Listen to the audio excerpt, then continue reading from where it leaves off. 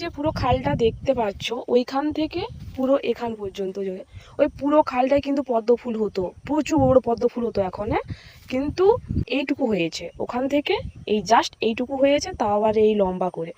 কেন জানো? কারণ এখানে কাজ হয়েছিল, এগুলো সব পরিষ্কার হয়ে গিয়েছিল পুরো একবারে। এর হয়তো গোড়াগুলো হয়তো তুলে দিয়েছে, এই জন্য এখানে খুব কম হয়েছে।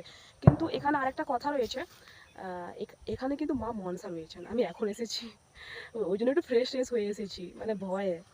ঠিক আছে, এখানে আমার মা যদি জানতে পারে আমি একা এসেছি, খুব বকাবকি করবে। আর এখন বাজে মিনিমাম 5:30।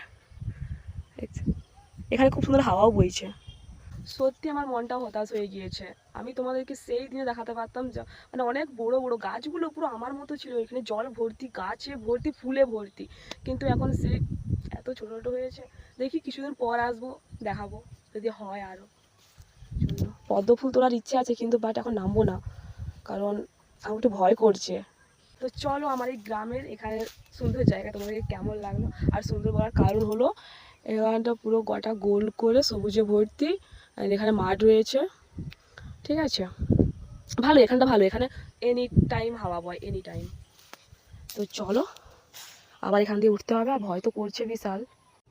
এই দেখো ওপরটা উঠে গিয়েছি। আর তোমাদেরকে আরেকটা কথা বলার আছে, এই যে পাতাগুলো দেখতে পাচ্ছ না, এত বড় বড় পাতাগুলো, ওই পাতাগুলো দিয়ে জানো আগে আমরা খেলতাম।